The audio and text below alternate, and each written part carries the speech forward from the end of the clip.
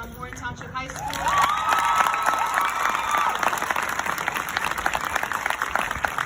I'm also the founder and former president of the Black Student Union of Gurnee.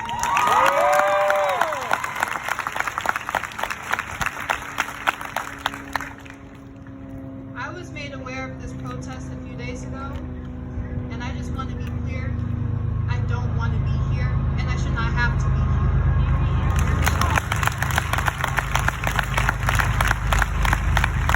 I am a college-bound 18-year-old in the middle of a pandemic, and instead of being able to worry about what the next chapter of my life will look like, I have to come to an event like this and advocate not only for my life, but for other Black lives, because somehow in the year of 2020, Black people are still not being given the dignity and respect that we deserve in this country, literally built off of our own.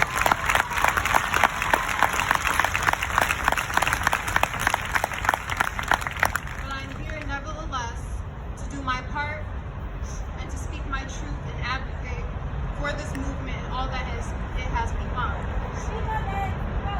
Because it is no longer just a police issue, it is an America issue. It is an American issue that no matter how many times an unarmed Black person is publicly and nationally lynched and executed, the way George Floyd was, and Ahmaud Arbery was, Philando Castile was, and Laquan McDonald was, Eric Garner was,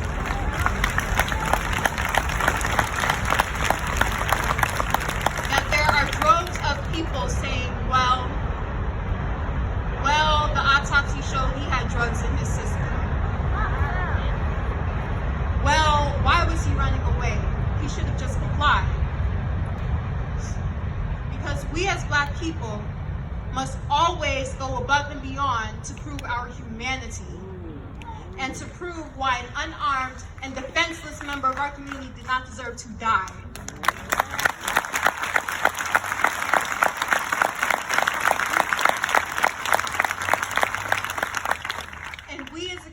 Along with our allies, have to advocate for that person because they can no longer defend themselves. And if we did not do it, they would be left condemned. I am not here for an Instagram photo op. And I am not here to have something cool to look forward to in my Snapchat memories a year from today.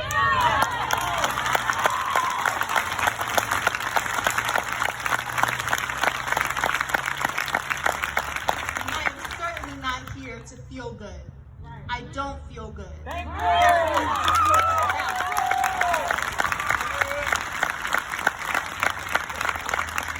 These are not just rare individual mishaps. This is a wash, rinse, repeat situation. Part of a large and more large-scale struggle. I am here because George Floyd could have easily been my father, Sandra Bland, my mother, Tamir Rice, my younger brother, and Breonna Taylor, we are my sisters.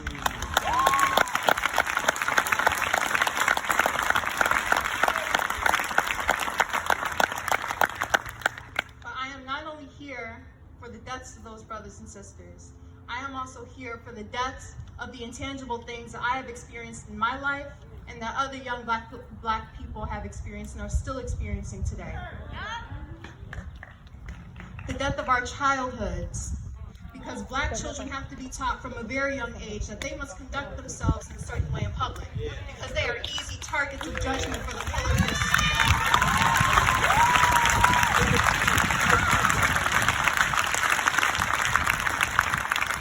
The death of our history, because while white children get to learn their histories in classes, and it is meticulously built into the Eurocentric lesson plans for the classes we all must take, Black children only learn their history from what our parents are able to tell us, from internet research, or from elective classes, if our schools even have them to offer.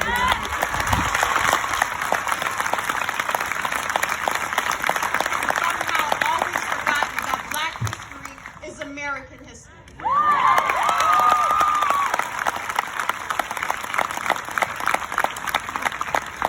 The deaths of relatable role models. Every time there's some big incident regarding race, what are the two words that we hear the most from every place trying to send the message? Diversity and inclusion. It is redundant, and I will be honest, I am tired of hearing it. It is not being used correctly, and it is verbatim. And it is a slap in the face for every black and brown kid to have to hear every 2 seconds how diverse and inclusive their schools are, and go through the entire system without ever having a teacher the same color as them.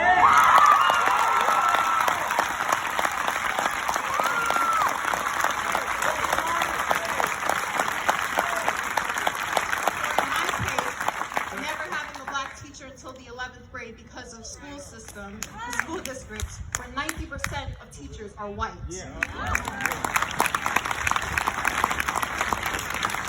And I don't even need all the fingers on my one hand to count the number of novels by black authors I've been assigned to read and analyze in my classes throughout all my years.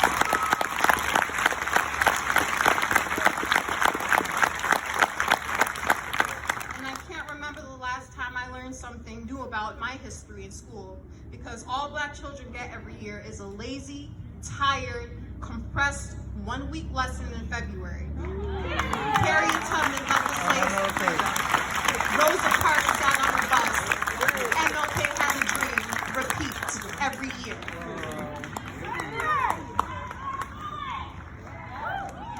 I could go on and on about the lack of representation I have felt throughout my childhood. But there are more issues than I can address in a speech like this. And it only makes me more worried about what I will have to face in college and as an adult in the workplace. When it comes to addressing issues like these, people start having conversations about who is to blame or what they could possibly do. And it starts with the individual and with their environment. This isn't a job for just one group of people. Every single one of us holds the responsibility for not only calling out injustices and racism, but using the area of our lives where we hold the most power to dismantle it. There is a way for everyone. There is no excuse anymore.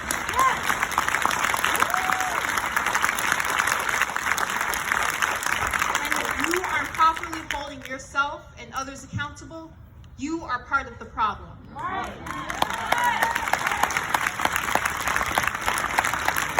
You are afraid to speak up and do the right thing because you are uncomfortable, you are part of the problem. There are too many dead bodies and too many women under pressure to worry about your comfort anymore. White parents, have detailed conversations with your children about race and bias. More than just some people are born different from us and that's okay, we're all the same. Because we are not being treated the same. And while your children get to learn about racism, we have to experience it in our everyday lives. Teach them why it's not okay to go to school doing things like touching black kids' hair. And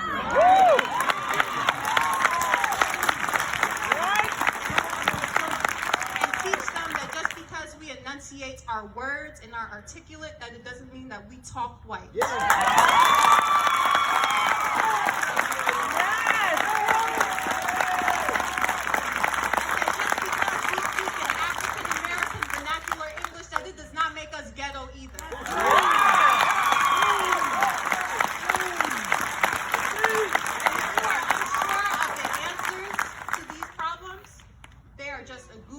Away, I promise you.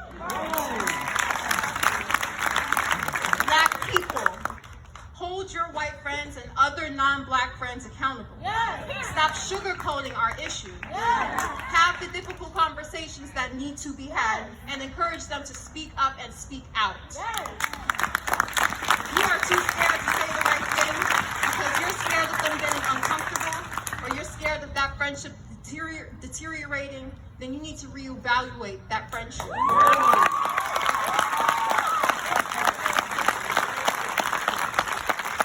Anyone not willing to stand up and say that your life matters, or to say that you deserve equality and fair representation, or to stand up and say that your culture should be protected, or even call out the right from wrong being done to our community, is not a person whose company you should want.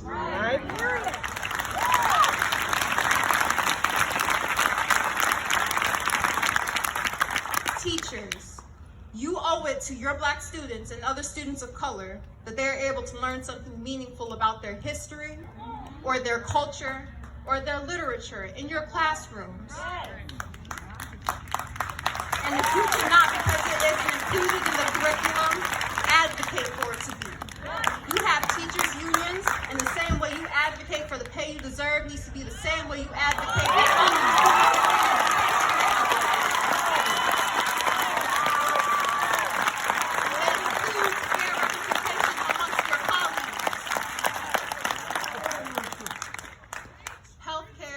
media, government, it doesn't matter what field you work in. Everyone is capable of something. And everyone has a duty to start working towards changes that will dismantle racism and white supremacy in any area they are capable of affecting. Because enough is enough. It has been 401 years since the first slaves arrived in Jamestown. That is 401 years of systems in this country using racism as a well-oiled machine to oppress and murder my people. Stop accepting things for how they are. Shut it down. Do better.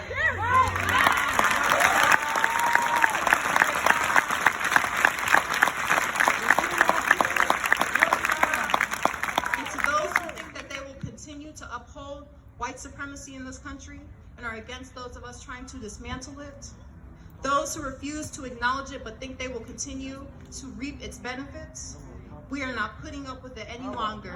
You have messed with the last generation.